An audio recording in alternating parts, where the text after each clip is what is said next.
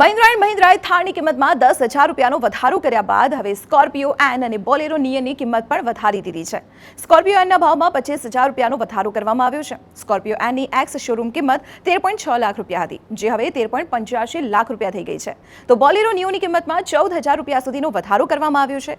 Bolero નિયોના N4 મોડલની કિંમતમાં 5,000નો અને N18 મોડલની કિંમતમાં 14,000 રૂપિયાનો વધારો થયો છે. કંપનીએ N10 મોડલની કિંમત યથાવત રાખી છે.